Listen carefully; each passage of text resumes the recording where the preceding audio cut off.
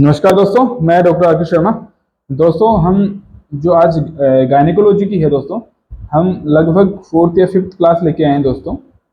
ये शायद fourth class है दोस्तों जिसको हम कवर कर रहे हैं। इससे पहले हमने 74 क्वेश्चन तक कवर किए हैं दोस्तों अपनी क्लास में, लगभग यहाँ तक दोस्तों। ठीक है, अपने इससे पहले यहाँ तक अपने कवर किया दोस्तों। इससे आगे हम आज पढ़ रहे हैं next most common indication in vitro fertilisation. IVF जो कराते हैं दोस्तों, किस एबनॉर्मलिटी जो किसी के भी अगर फेलो दोस्तों, इसका मतलब क्या है? आईवीएफ का इंट्रा इन विट्रो फर्टिलाइजेशन, यानी कि जो भ्रूण है जो बाहर एक नली के अंदर, प्रख नली के अंदर डेवलप करके उसको इम्प्लांट किया जाता है ना, यूट्रस के अंदर। ठीक है, तो इसमें ये किस कंडीशन, कौन सी एबनॉर्मलिटी है मोस्ट कॉमनली इंडिकेटेड है? मोस्ट कॉमन जो है दोस्तों, बहुत सारी कंडीशंस होती हैं, लेकिन जो मोस्ट कॉमन कंडीशन पूछी है यहाँ पे ना, क्वेश्चन को समझना होगा कि मोस्ट कॉमन इंडिकेशन किस कंडीशन में अपने को आईवीएफ करवाना चाहिए। ठीक है, अगर दोस्तों यहाँ यूट्रस एनोवुलेशन एंजियोस्पर्मी में ये कंडीशंस है, इनमें ये कंडीशंस में उपाय सही नहीं है।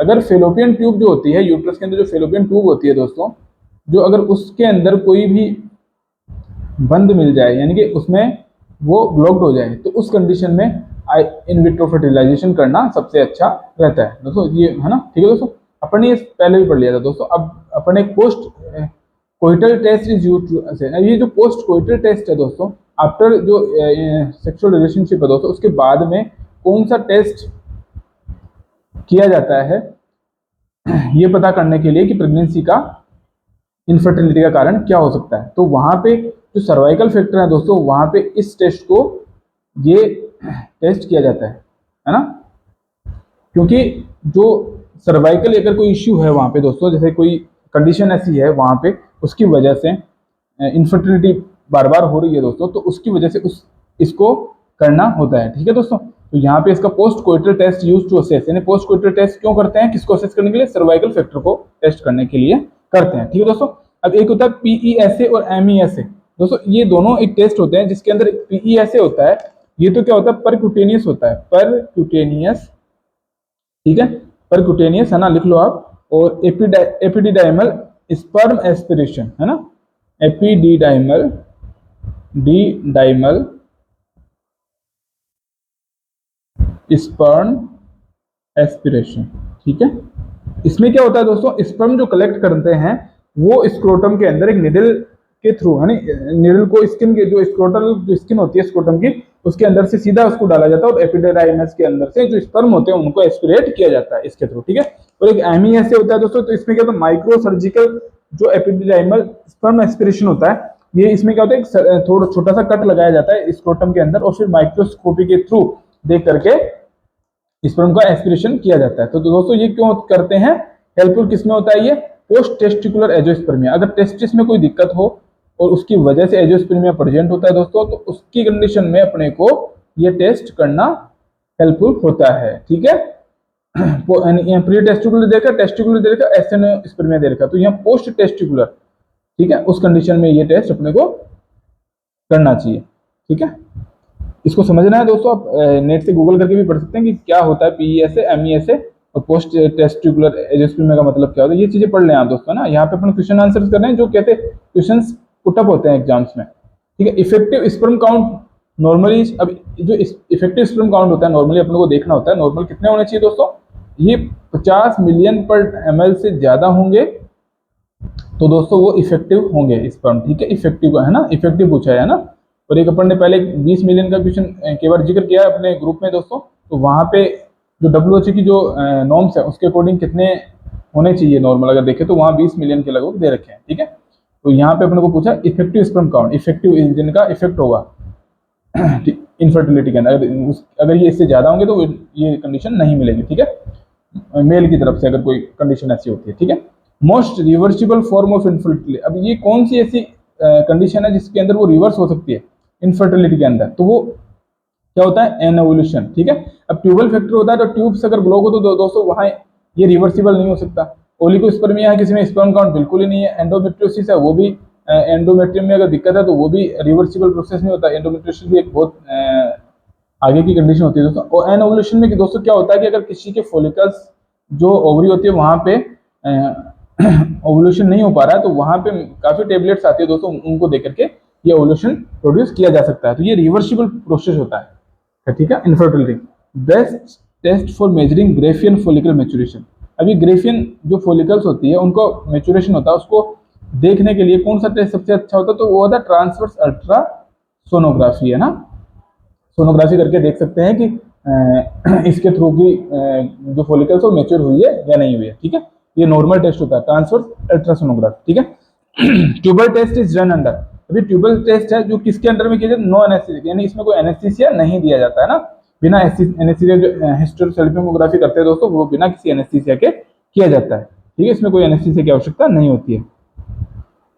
सोनोसेल्फिंगोग्राफी इज डन फॉर, अभी क्यों करते हैं, जो ट्यूब्स की जो पेटेंसी होती है उनको पता करें, ट्यूब्स में कोई ब्लॉकेज तो नहीं है, उसकी पेटेंसी को, जब यूट्रस के दोनों तरफ, ये यूट्रस है दोस्तों, ये ट्यूब्स है साइड में, तो यहाँ की जो पेटेंसी यानी कि यहाँ ये ब्लॉक तो नहीं है, इसको पता करने के लिए ये टेस्ट किया जाता है। ये ऐसे बहुत इजी क्वेश्चन होते हैं दोस्तों, ये कई बार पूछे जाते हैं, तो यहाँ पे अपन कंफ्यूज हो जाते हैं, ठीक है। Increase FSH level in angiospermia male is indicated, अब ये कौन सी कंडीशन में इंडिकेट होता है, टेस्टिकुलर एट्रोफी के अंदर। अगर एफएसएच लेवल इंक्रीज होता है एंजियोस्पर्मिया के अंदर मेल के अंदर, तो वो क्या इंडिकेट करता है, टेस्टिकुलर एट्रोफी, टेस्टिस की एट्रोफी, ठीक है।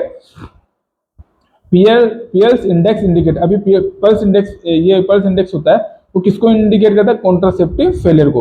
अब ये देखो इसकी डेफिनेशन देखेंगे दोस्तों, एक्सप्लेनेशन देखेंगे, तो pulse index indicate the effectiveness of contraceptive और in an index of contraception failure, है ना, ठीक है। Express in the form of failure rate per husband 100 womens, है ना, बाई ईयर्स ऑफ एक्सपोजर, ठीक है। तो अपन फेलियर रेट अगर देखेंगे, ठीक है, तो अपन failure rate total accidental pregnancy कितनी हुई है इंटू 1200, 12 महीने में 100 से मल्टीप्लाई करेंगे, और number of patient observe and month of use, है ना, कितने अपन ने पेशेंट ऐसे देखे और कितने मंथ से ये यूज आ रहा है, ठीक है। तो उसकी इस तरह से उसको इसको देखेंगे पियर्स इंडेक्स को, ठीक है। ये कॉन्ट्रासेप्टिव फेलियर के अंदर अपन को देखा जाता है, ठीक है। तो यहाँ पे एक समझने की बात है ना।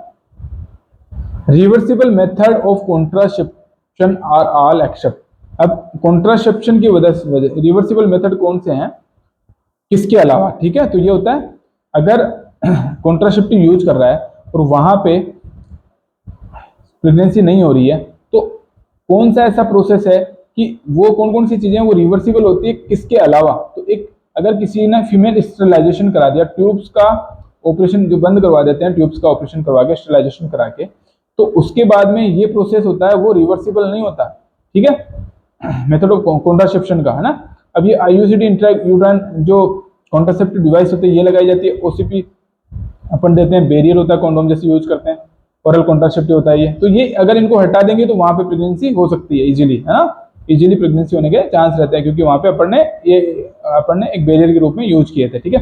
अगर फीमेल स्टेरिलाइजेशन कर दिया तो उसके बाद में ये प्रोसेस रिवर्सिबल नहीं होता है। तो ये समझने की बात है दोस्तों, आपके यहाँ पे क्वेश्चन को समझना है किसके अलावा पूछा है, ठीक है। ये rise in body temperature after ovulation is due to, अब ये बॉडी टेम्परेचर राइज क्यों होता है ओवुलेशन के टाइम पे, जब 14 डे पे किसी के जो 28 डेज का मेंसेस होता है तो उसके 14 डे के अंदर जो ओवुलेशन होता है वहां पे टेम्परेचर बढ़ता है। वो क्यों बढ़ता है, प्रोजेस्टेरोन हार्मोन का लेवल इंक्रीज होने की वजह से, ठीक है। Which one of the following is not A correct statement regarding the use of condom, अब ये कॉन्डोम यूज करने के लिए कौन सा एक स्टेटमेंट है जो करेक्ट नहीं है, ठीक है। वो क्या, air should be squeezed out ऑप्टिव, अब ये एयर होती है उसको निकाल देना चाहिए, ठीक है, उसको दबा करके। It should be tested by inflating, अब उसको टेस्ट करना है, ठीक है, ठीक है। It should be tested by inflating, ये इसको फुला के देखना चाहिए, नहीं ऐसा नहीं होना चाहिए, ये इसका आंसर है तो ना। It should be unrolled on erect penis, ठीक है, ये भी सही है, क्योंकि उसको उसी वहां अनरोल्ड करना चाहिए। की जो की वाई जेली होती है वो उस पर यूज लुब्रिकेशन के रूप में की जाती है। तो ये तीनों सत्य हैं दोस्तों, एक इसके अलावा, इसको फुला के नहीं देखना चाहिए भाई अपने को, ठीक है दोस्तों। तो ये समझने की बात है, ठीक है। यहाँ क्वेश्चंस होते हैं तो आपको मेंटल एबिलिटी के क्वेश्चंस होते हैं कई चीजें, ठीक है। Use of oral contraceptive decrease the incident of all of the following except, किसके अलावा जो इंसिडेंस होते हैं उसको ये कम करता है, ठीक है, किस कंडीशन के अलावा, ओरल कॉन्ट्रासेप्टिव का यूज। अब कौन सी कंडीशन अगर आप यूज करेंगे तो भी होगी, नहीं करेंगे तो भी होगी, तो उसको अपन इसमें जो अदर रिस्क फैक्टर जैसे एक्टोपिक प्रेगनेंसी है, एपिथेलियल ओवेरियन मैलिग्नेंसी है, पेल्विक इन्फ्लेमेटरी, इन कंडीशंस के अलावा ये कंडीशन है ना, इनको डिक्रीज करती है कॉन्ट्रासेप्टिव का यूज, है ना, हिपेटिक एडोनोमा के अलावा, यानी हिपेटिक एडोनोमा का इससे कोई संबंध नहीं होता। ठीक है, एडवर्स साइड इफेक्ट। अभी इसका ओसीपी जो ओरल कॉन्ट्रासेप्टिव होता है उसका लेने का एडवर्स इफेक्ट क्या क्या हो सकता है, इसके साइड इफेक्ट जिसे बोलते हैं, लिवर डिसऑर्डर हो सकता है, वेट गेन भी हो सकता है, एंडोमेट्रियोसिस भी हो सकता है। तो दोस्तों ये तीनों चीजें मिलती है, तो ऑल ओवर इसका आंसर होगा एब्सोल्यूट कॉन्ट्राइंडिकेशन ऑफ ओसीपी। अब ओसीपी कौन सी कंडीशन में पूर्ण रूप से कॉन्ट्राइंडिकेट होती है, तो वो कौन सी कंडीशन है, ब्रेस्ट कैंसर के अंदर ये हमेशा नहीं लेनी चाहिए। ठीक है, अब इसका कॉन्ट्राइंडिकेशन अपन को और पढ़ लेते हैं, माइग्रेन विद ओरा, ये और भी इसके हैं, लेकिन जो एब्सोल्यूट जो किसके अंदर पूर्ण रूप से बंद होता है, तो वो कंडीशन इन चारों में से मोस्ट प्रोबेबल जो होगा वो ब्रेस्ट कैंसर में कभी भी यूज नहीं करनी चाहिए, तो इसका आंसर एब्सोल्यूट कॉन्ट्राइंडिकेशन होता है। ठीक है, माइग्रेन ये अलग है, माइग्रेन में भी इस कॉन्ट्राइंडिकेशन होता है, diabetes mellitus, hypertension, smoking, uterine lemma है ना, ये फाइब्रोमाइल्जिया होता है, hyperlipidaemia, surgery, seizure, obstructive jaundice है ना, इन कंडीशंस में भी ये कॉन्ट्राइंडिकेशन होता है। अगर यहाँ पे क्वेश्चन ऑल ऑफ अबव पूछता तो ऑल ऑफ अबव का ऑल ऑफ अबव कर सकते थे अपन, लेकिन यहाँ पे केवल इन चार को देख करके एक एब्सोल्यूट कंडीशन कॉन्ट्राइंडिकेशन पूछा है, तो वहां पे ब्रेस्ट कैंसर को उसका आंसर करना पड़ेगा। ठीक है, most common complication of IUCD. ठीक है, आईयूसीडी का कॉम्प्लिकेशन मोस्ट कॉमन क्या होता है, ये होता है ब्लीडिंग। ठीक है, अगर इंट्रायूटेराइन कॉन्ट्रासेप्टिव अगर लगाते हैं तो उसकी वजह से इंजरी हो जाएगी अंदर वेजाइना में या सर्विक्स में कहीं पे, तो उसकी वजह से ब्लीडिंग होने के मोस्ट कॉमन चांस होते हैं। ठीक है, अब आईयूसीडी कौन कौन सी कंडीशन में नहीं लगानी चाहिए, एक प्रेगनेंसी में नहीं यूज करनी चाहिए, डीयूबी में, एक्टोपिक प्रेगनेंसी हो, किसी की हिस्ट्री हो, पीआईडी एसटीडी हो, कैंसर ऑफ सर्विक्स हो, कैंसर ऑफ एंडोमेट्रियम हो, distortion of uterine cavity due to the congenital malformation, fibroid condition, newly parous woman हो, अनमैरिड वुमन हो, स्कार्ड यूट्रस के अंदर ये कॉन्ट्राइंडिकेशन होता है। तो ये कॉन्ट्राइंडिकेशन भी अपन को देखनी चाहिए कि कौन कौन कंडीशन में यूज नहीं करनी चाहिए। Sterilisation is commonly performed at which site of fallopian tube, है ना, तो ये कौन सी जगह पे स्टेरिलाइजेशन किया जाता है, तो फैलोपियन ट्यूब के जो पार्ट होता है दोस्तों, ये पार्ट होता है इसके अंदर किस जगह पे, इस्थमस, जो इस्थमस होता है वहां पे ये परफॉर्म किया जाता है। ठीक है दोस्तों, ये पार्ट होते हैं, ठीक है, एम्पुलरी पार्ट होता है, इन्फंडिबुलम होता है, फिर है ना एम्पुला होता है, इस्थमस होता है। ठीक है, तो ये कंडीशंस होती है ना, तो वहां पे इसको लाइगेट कर दिया यानी बांध दिया जाता है। ठीक है, sterilisation is done at the junction of proximal and middle third, proximal और middle third the loop form consist mainly the isthmus and part of ampullary part, isthmo ampullar, ये एम्पुलरी और इस्थमो यहाँ पे ऐसे। ठीक है, रीजन ऑफ ट्यूब, है ना। ठीक है, तो यहाँ पे इसको स्टेरिलाइजेशन कर, जिससे ये जो फुल जो होती हैं, जो अंडे बनते हैं वो ओवरी के द्वारा वो नहीं जा पाते, फिर यहाँ ब्रेक हो जाए। ठीक है, best mode of contraception in newly married lady with rheumatic heart disease. ठीक है, तो बेस्ट मोड ऑफ कॉन्ट्रासेप्शन क्या है न्यूली मैरिड लेडी के अंदर विथ रूमेटिक हार्ट डिजीज में, कॉन्डोम, है ना। ठीक है, इसका ये नॉर्मल आंसर होगा। ठीक है, ओरल पिल्स, आईसीडी, डायफ्राम ये यूज नहीं करने चाहिए ना, कॉन्डोम यूज करना चाहिए अगर इसके रूमेटिक हार्ट डिजीज है। ठीक है, ये क्वेश्चन पढ़ के समझना है कि क्या क्वेश्चन पूछना चाह रहा है। न्यूली मैरिड वुमन के अंदर क्या यूज कर सकते हैं अगर वो रूमेटिक हार्ट डिजीज से ग्रसित है, तो यहाँ पे आईसीडी नहीं करना क्योंकि ये हार्ट पे दिक्कत कर सकती है, इसलिए ना। Ideal contraceptive for newly married couple is, अब आइडियल कॉन्ट्रासेप्टिव क्या है न्यूली मैरिड के लिए, कंबाइंड जो ओसीपी होती है, कंबाइंड जो ओसीपी मालाडी मालायन दी जाती है दोस्तों, वो इसके लिए आइडियल कॉन्ट्रासेप्टिव है ना, oral contraceptive. Intra ideal contraceptive for lactating mother is lactational amenorrhoea. ठीक है, ठीक है, लैक्टेटिंग मदर के अंदर तो लैक्टेशन होता है, लैक्टेशन तो जो महिला के प्रेगनेंसी के डिलीवरी के बाद में जो लैक्टेशन को जो टाइम होता है लैक्टेशन का, उस टाइम पे एमेनोरिया इटसेल्फ प्रेजेंट होता है ना। और OCP is list pregnancy failure rate है ना, इसके अंदर list pregnancy failure, it acts by the decreasing LH level and FSH in inhibit the ovulation, ये इनहिबिट करता है ओवुलेशन को। ठीक है, best contraceptive for a 20 years newly married woman, अब ये 20 साल की जो लड़की, अभी पहले वाला क्वेश्चन है, ये क्वेश्चन सेम टाइप का ही है दोस्तों, यहाँ पे पढ़नी है आइडियल कॉन्ट्रासेप्टिव न्यूली मैरिड के लिए पूछा था, और ये भी एक तरह से न्यूली मैरिड जो वुमन होता है उसके लिए, तो वो पिल्स होती है ओसीपी जो है ना, ओरल कॉन्ट्रासेप्टिव आंसर है ना, पिल्स है ना, यूज करते हैं। The most appropriate drug for emergency, अब ये कौन सी ड्रग यूज की जाती है इमरजेंसी के रूप में, जो ठीक है, इमरजेंसी पिल कौन सी कॉन्ट्रासेप्शन के लिए यूज की जाती है, उसमें क्या होता है हार्मोन, लिवोनोर्जेस्ट्रोल। ठीक है, ये हार्मोन होता है। ठीक है, तो मोस्ट अप्रोप्रिएट ड्रग है इमरजेंसी। ठीक है, ये मेजोप्रोस्टोन ये अलग होता है, मेप्रोस्टोन ये तो एमटीपी के लिए यूज होता है। ठीक है। ये लेवोनोजेस्ट्रोल जो हार्मोन होता है ये इमरजेंसी पिल के रूप में काम आता है।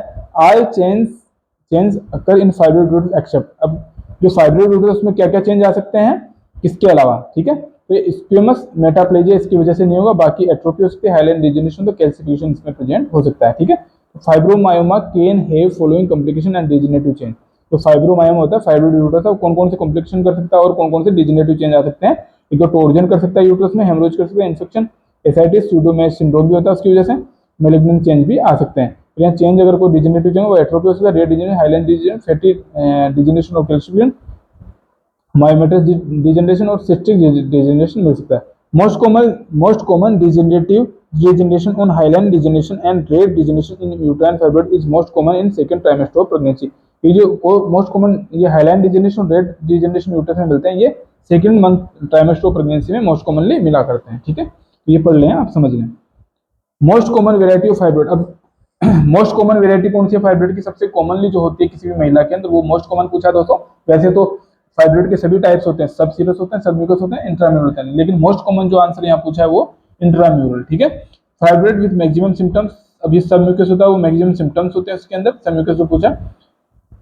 To start with the all fibroid, अब सभी जो फाइब्रोइड स्टार्ट होते हैं तो सबसे पहले to start with all fibroid are interstitial, intramural सबसे कॉमन होता है, ठीक है। ये आंसर यहाँ पे देख देना था। Most common fibroid to undergo malignant, अब मैलिग्नेंसी के अंदर कौन सा चेंज होगा, सब म्यूकस वाला। Most common fibroid cage retention of posterior cervical, जो सर्वाइकल जो मेम्ब्रेन जो होती है सर्विक्स की, वहां पे अगर जो फाइब्रोइड होगा वो क्या करेगा, ब्लैडर पे इफेक्ट डालेगा, तो इससे रिटेंशन ऑफ यूरिन होने के चांसेस ज्यादा रहेंगे, ठीक है। टोर्जन इज मोस्ट कॉमन इन, अब टोर्जन की लार्ज पेडिकुलेटेड जो सबसे फाइब्रोइड होता है उसमें टोर्जन मिल सकता है। फाइब्रोइड कोजिंग सूडोमोनास सिंड्रोम, अब सब सीरस जो फाइब्रोइड होता है उसके अंदर उसकी वजह से मेस सिंड्रोम हो सकता है।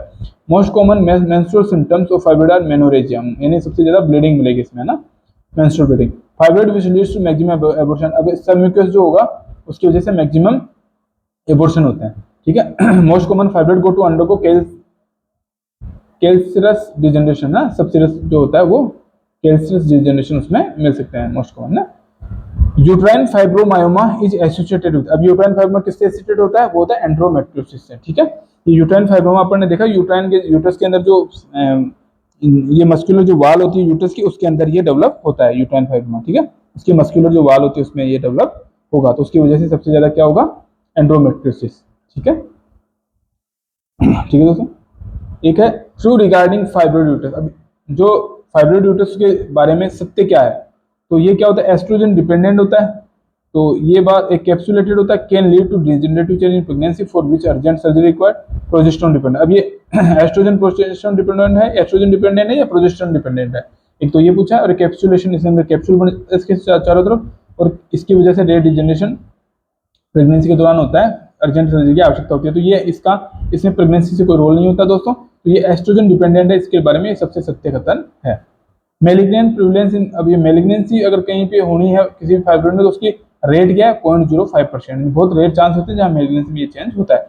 List common complication of fibroid, अब लिस्ट कॉमन कॉम्प्लिकेशन क्या होगा इसका, मैलिग्नेंसी, जो 0.05% अपने में देखा वो मैलिग्नेंसी, ये यूरिनरी रिटेंशन हो सकता है, डिजेनरेटिव चेंज, मेंस्ट्रुअल डिसऑर्डर मिल सकते हैं मेनोरेजिया के रूप में दोस्तों, तो यहाँ पे ये लिस्ट है मैलिग्नेंसी के रूप में, मैलिग्नेंसी नहीं होगी, ठीक है दोस्तों। अपन ने अभी जो कंप्लीट किया वो लगभग 102 क्वेश्चन तक कंप्लीट किया दोस्तों, तो अपने ये वीडियो लगभग 20 से 22 क्वेश्चन 25 क्वेश्चन कवर किए हैं दोस्तों इसमें, तो अपन यहीं खत्म करेंगे इसको, क्योंकि अपन बहुत ज्यादा पढ़ाएंगे तो आपसे खुद से भी कवर नहीं हो पाता और आप लिख भी नहीं पाते हैं दोस्तों इनको, तो आप मैं यहीं अपनी क्लास खत्म करूंगा। आप को मैं यही कहना चाहूंगा, जब भी आप मेरा वीडियो देखें तो अगर आप नए हैं मेरे चैनल पे तो इसको सब्सक्राइब कर लें, जिससे आपको नए नए वीडियो आपको दिख सके वहाँ पे, ठीक है दोस्तों, धन्यवाद।